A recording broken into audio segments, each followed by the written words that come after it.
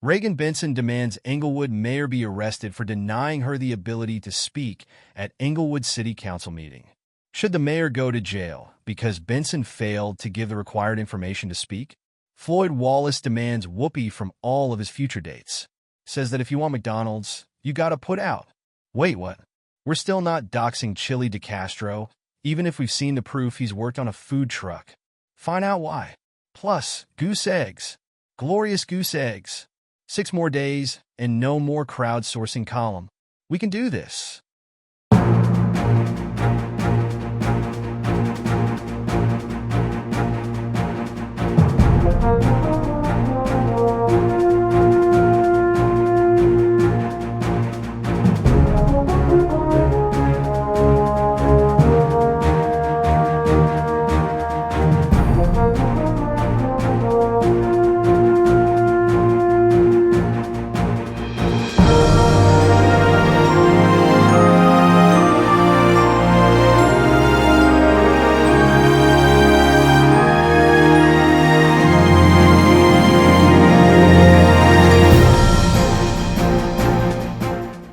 Good evening, and welcome to another edition of the Auditing Insanity Newscast brought to you by ReallyCoolNews.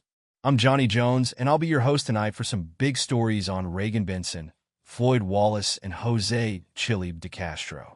We don't know where to start tonight, so we're just going to dive right into things as we ask you to focus on. Floyd Wallace complains about sexless date in Brazil. An angry Floyd Wallace let his intentions be known to any woman who goes on a date with him in the future. You must engage in a sex act with him before he will leave his hotel room to go on an actual date with you. Wallace raged on Sunday after he went on a date with an English-speaking woman in Manaus, Brazil. He said that the woman spoke with him before the date, and when he made his intentions to have sex with her clear, she agreed to providing him with sex on the date. Breaking his own rule about pre-date conjugal activity, Wallace brought the woman to a movie theater where they watched a vampire movie, and she seemed to relax. Wallace said that she held his hand and cuddled his arm during the movie, and he was not overtly aggressive with her sexually. When the movie was over, Wallace brought her to dinner, where she seemed to order more food than usual, then began to ignore him to talk on her phone. When Wallace reminded her that she had agreed to have a sexual encounter with him, the woman refused, saying that she was on her period. When Wallace then demanded oral sex, the woman again refused, saying that it was gross. Enraged, Wallace said the woman had insulted him by refusing to give him sex, and he got up, paid his portion of the bill, leaving the woman at the table after telling her that she was a waste of his time. Wallace explained to his audience that his sexual needs were paramount to anything else in his life. He turned down other sure-thing offers in order to go on a date with the woman, and she had agreed to have sex with him in exchange for the date. The date apparently tried contacting Wallace to see what happened to him, and he said he blocked her number, pledging that if future dates did not put out, he would give them the same treatment. Wallace went into a lengthy rant that he did not have time to get to know a woman. He said that because some women have no problems putting out at first meeting, all women should have that same standard. If they don't, they essentially weren't worthy of his time. Again, attempting to explain his policy, he said that the sex was non-invasive, that he simply took the women back to his place to have a quick sex act to prove that the woman was interested in him, before he invested any money in the woman, implying that, from now on, if they refuse, he'll simply walk away from the date. Gone was his previous admittance that he often paid his dates with either cash to help them out or with merchandise they wanted in exchange for sex. Wallace was adamant that it was a waste of his time if sex was not given upon command, and all further dates would have to bow down to his will if they wanted to be in his presence. Wallace's attempts to raise $100 towards his Airbnb in Rio de Janeiro saw no donations for the short live stream. Wallace claims that he'll be arriving in Rio de Janeiro on Thursday.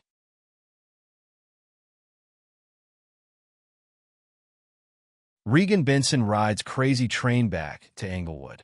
In her first appearance at the Englewood, Colorado, City Council meeting since completing her 90-day ban from the City Council chambers, Regan Benson was denied the ability to address the council and demanded the immediate arrest of Englewood Mayor Othniel Sierra. Benson had previously been banned from entering the City Council chambers last fall due to several outbursts that violated state and city statutes. After a lengthy appeals process where she was able to attend the meetings, including the infamous meeting where she wore sandwich boards covered in swastikas, the ban was upheld, and Benson could no longer attend the meetings in person. Instead, stood either outside the windows leading to the chamber, watching the proceedings while listening to audio from the City Council's YouTube channel, or, on another occasion, addressed the City Council via the internet. Benson started her build-up to the evening's events with a pre-show of sorts as she went live Monday afternoon on the streets of Englewood. She followed police around as her unofficial self-appointed role of police commissioner as they apparently investigated a home invader that was loose in the area. During that stream, police refused to engage with her, moving their cars to avoid her and otherwise ignoring her presence as she tried to monitor their operations. Later, she encountered a man who said that the home invader ran into his house with a weapon. The police followed, and everyone ran out of his house without a resolution to the manhunt. This led to Benson walking back to her car after proclaiming that Englewood police were incompetent, and briefly locking herself out of the car as she couldn't figure out the controls on her keyless remote entry system. She then announced that she was opening a secondary YouTube channel that would provide 24/7 footage of her free-range chickens before ending that stream.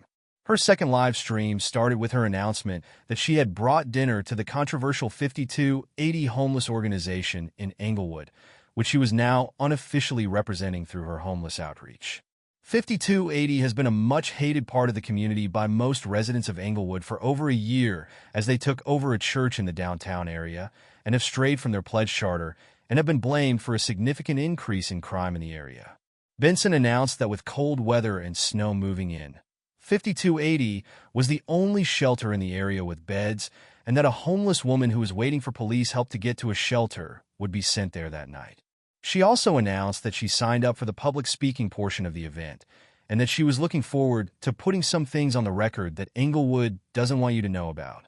As the City Council took a recess between their scheduled study session and the City Council meeting, Benson entered the City Council chamber and directly threatened Deputy Police Chief Vance Fender with lawsuits and told him that he should resign because she intended to file a lot of lawsuits against the police over the year.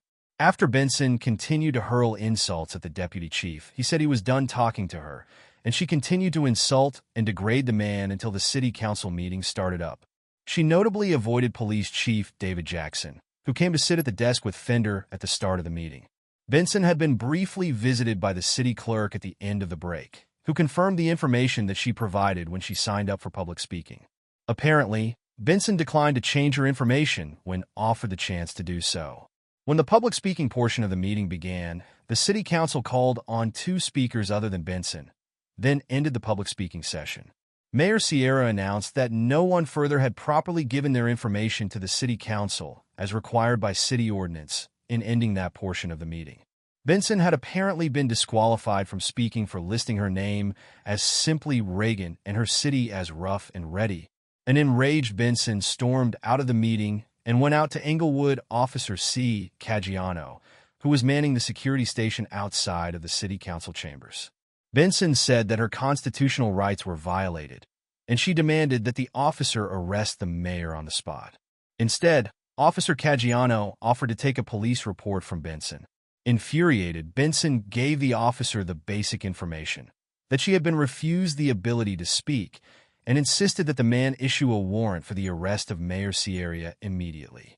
When the officer explained that he did not have the ability to issue warrants and he'd have to write the report and submit it through chain of command, Benson became even more enraged and eventually left the Englewood Civic Center, promising her fans that tomorrow a warrant would be issued either for the arrest of herself or the mayor. As of 2:30 p.m. Eastern on Tuesday, January 7th, 2025, no warrants have been issued. We'll continue to monitor Regan Benson, her free-range chickens, and the homeless people she has pledged her life to in future updates.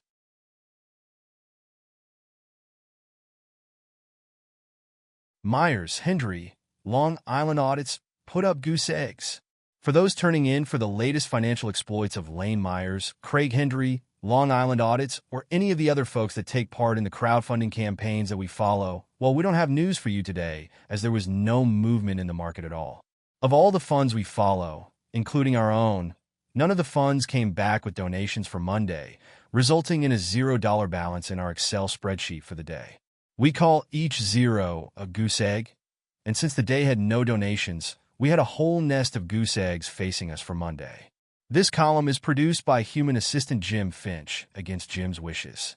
He hates writing it, but understands that it's important in the long run to follow the money that auditors are taking in from their fans, and because it helps us keep the newspaper going by promoting our own crowdfunding campaign. The policy has been that if we have 7 days of total goose eggs, Jim is set free, and he has the option of ending the column. We've come close to that happening before. We'll probably come close to it again. The easiest way to continue to torture human assistant Jim Finch is to throw $5 towards our own GoFundMe campaign now, and then so he can go get a single item off of McDonald's value menu and refresh himself a bit before having to write this horrible article again. Details on how to do that will be featured in the voiceover that follows. Remember, for every donation we get to the fund, it's at least another week Jim is forced to write the articles at 3 a.m. Eastern Time. Journalism is not free. Both ReallyCoolSite.org's daily newspaper and our daily newscasts are funded by your continuing donations and what we make from our YouTube AdSense revenue each month. If you'd like to contribute to help us keep the lights on, eating, keeping the cats fed, and writing news stories to feature on both the newspaper and newscast each day, we do have a GoFundMe set up at the address on screen right now. If you can't afford to contribute, please watch the advertisements on our videos, like share, subscribe, and comment. You can help by doing next to nothing, and we thank you in advance for pitching in.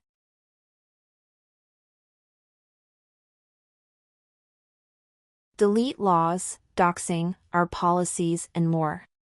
Yesterday we ran an article on Chille DeCastro doxing himself on a live stream, again. It really is nothing new, as DeCastro has a history of doxing his own addresses, and as much as he wants to blame his enemies for it, most of the time it is indeed him doing it.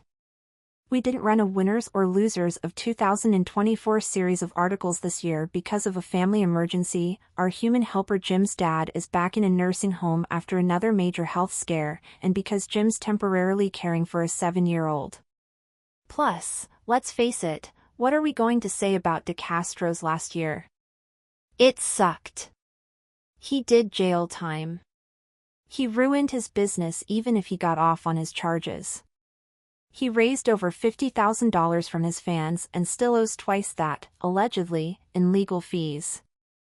At least 2 of his friends, Craig Hendry and Garrett Press with Ranker Van Nett, went to jail following his guidelines.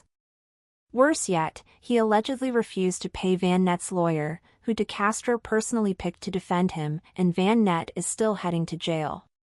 That friendship ended spectacularly with a thud heard around the world as Van Nett wouldn't even talk to DeCastro after his guilty verdict. DeCastro's current lawsuits are floundering. For whatever reason, he shut down his GoFundMe campaigns when he really shouldn't have.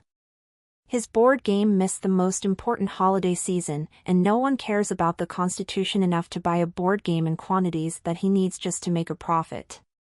His relaunches to move to Patreon, Twitter, a personal website, and another YouTube channel failed to the point that even an alleged self-adult film bomb of his own main channel didn't spark interest in any of his floundering endeavors. Finally, he can't sue Zimmerman, the nasty judge who locked him away, and he can't get reimbursed for the time he spent in jail wrongly by the state of Nevada because of their hardline pro-police, pro-authority laws that protect the state from out-of-state yahoos who try to get rich off of them like DeCastro wants to do. We don't have to have you decide if he had a winning or losing year because let's face it, the flabby white-haired 50-year-old we see in front of us, no not Jim, he's 4 years older than DeCastro is a wreck, and his year was worse off than he looks right now. As far as his occasional shift at a friend's food truck? Confirmed. You can see proof over in our Discord forum's Chille DeCastro Fan Club 2 forum. DeCastro has worn a hat from the place that is associated with the address he uses as a mailing address before on live streams.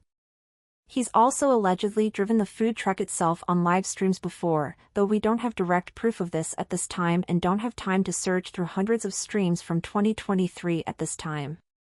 We don't doubt that it's true, however. As for the name of the place, we're still not handing it out. We do not want to be legally responsible for doxing the business should they have washed their hands of him. We've given you the means to find it, but we won't be promoting it because frankly, the last thing we want is an active brigade of the business because DeCastro did a shift or two there. If he's that desperate and he's willing to work to get himself out of the hole he's dug, then we won't be playing a part in losing that job.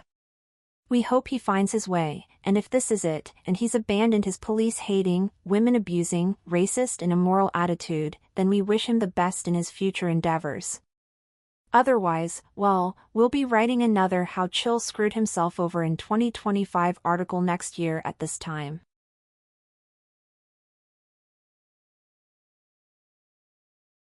And we're back. Is Regan Benson insane? Or is she smart? Her attempt to use the police against the mayor of Englewood is genius? Or is she just insane?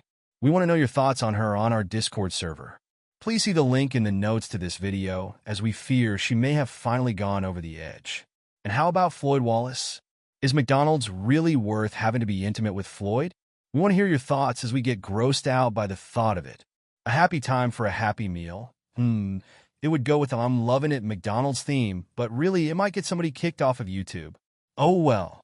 On that note, have a marvelous evening, and we'll be back tomorrow.